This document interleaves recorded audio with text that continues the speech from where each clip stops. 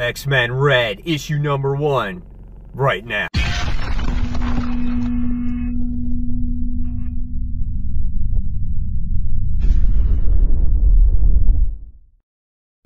Hey comic book fans, welcome back to Comic Book Corner 2.0. Fans, you're back with me, Mike Spider Slayer, getting ready to do that all-important comic book review so you, the fans, can make a decision on what comic books to buy. And today, guys, we're talking about X-Men Red, issue number 1. That's right, guys. The return of Jean Grey has happened, and now she leads her own team once again. The book is written by Tom Taylor, and our artwork is done by Muhammad Asar. The artwork in this book is not my favorite. I don't like a lot of the facial expressions that go on in this book.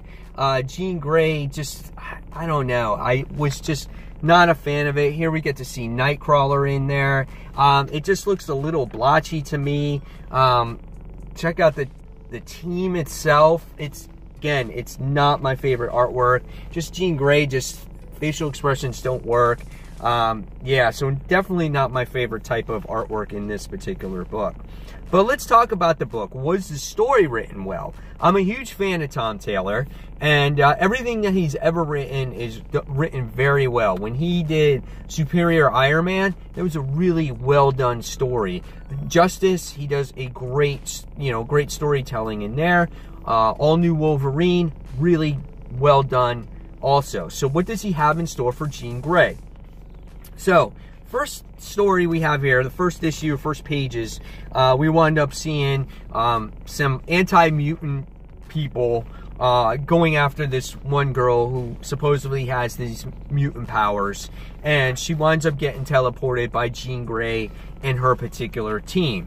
So as the issue progresses and we wind up seeing her get teleported, we wind up seeing the team as a whole here.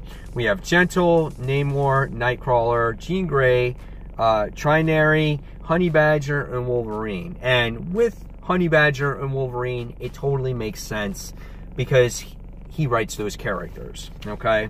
So what happens is when we see the young girl get rescued, we see into 2 months earlier before this team has been established. And we wind up seeing that there's been this holdup, and we wind up seeing that these 2 bank robbers or robbers, whatnot, steal a car, and there's a baby in the actual car, in the back seat. And all of a sudden, the baby starts crying. And the baby doesn't just cry, it has this screech. It's like, you know, and it's so loud and obnoxious that it starts shattering the windows. It starts shattering the buildings around it. We wind up seeing Honey Badger and Wolverine. They go after to try to rescue the baby, and the scream is so loud and sonic, it ripped the flesh off of Laura's hand, which I was like, holy cow, dude, that's intense right there. And then it just like flies them away, but Jean winds up using this kind of like sonic way to put a dampener on the sound, and she rescues the baby.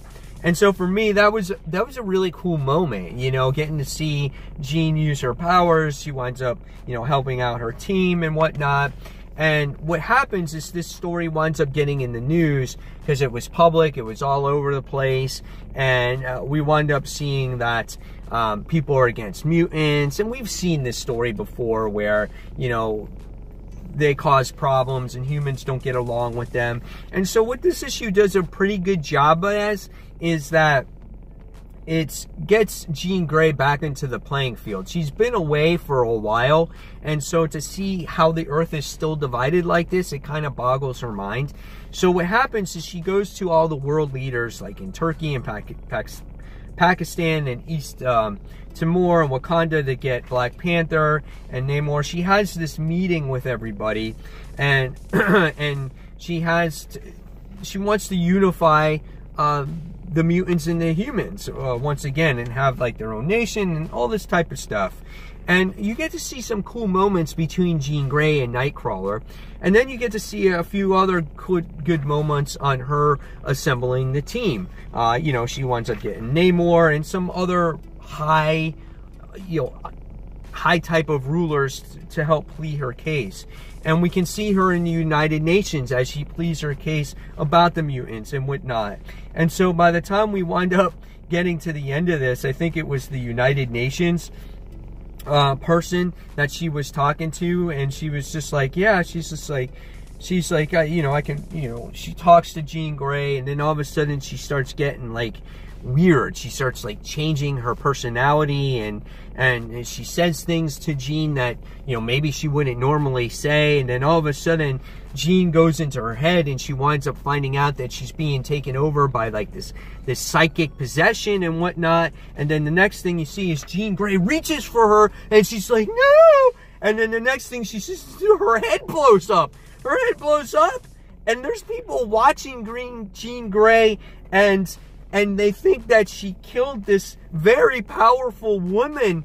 I think from the, again, I think it was from the United Kingdom, and now people are going to think that Jean Grey killed this female, this ruler, and people right away were going after her, and so Nightcrawler winds up bamfing her out, and so she transports out of the way, and we find out who the person actually was that created this psychic explosion in this ruler's head. And it was Cassandra Nova, Charles Xavier's unborn twin sister. So yeah, that was pretty cool. And then in the last panel, all you see is Jean Grey basically holding herself, and Nightcrawler and everybody are just like besides themselves, not knowing what to do, because now they're blamed for this death for this ruler, and it's only going to put mutants on the map as being more evil than ever. So pretty good book, if I say so myself. Again, I can't give it a perfect rating because I wasn't a fan of the artwork, and we've seen kind of this story before when it's come to mutants and humans not coexisting. It's been the traditional thing for, you know, mutants and humans, but it was kind of cool to see it at the same time, because Jean Grey has been away from her a while, and she's trying to insert herself and put herself in the right place again to, you know, continue Professor Xavier's dream, right? So it made sense. So at the end of the day, I'm going to give this one probably a 4.5 out of 5 stars. I wish I could give it higher, but that artwork just dragged it down a little bit for me. So guys, leave me the comments below on what you thought of X-Men Red issue #1. Were you a fan? Were you not a fan? And as always, fans, if you like this video, give it a thumbs up, subscribe to the channel, and as always, fans, thank you so much for watching Comic Book Corner 2.0, and I'll see you in the next review. Take care, guys. Bye.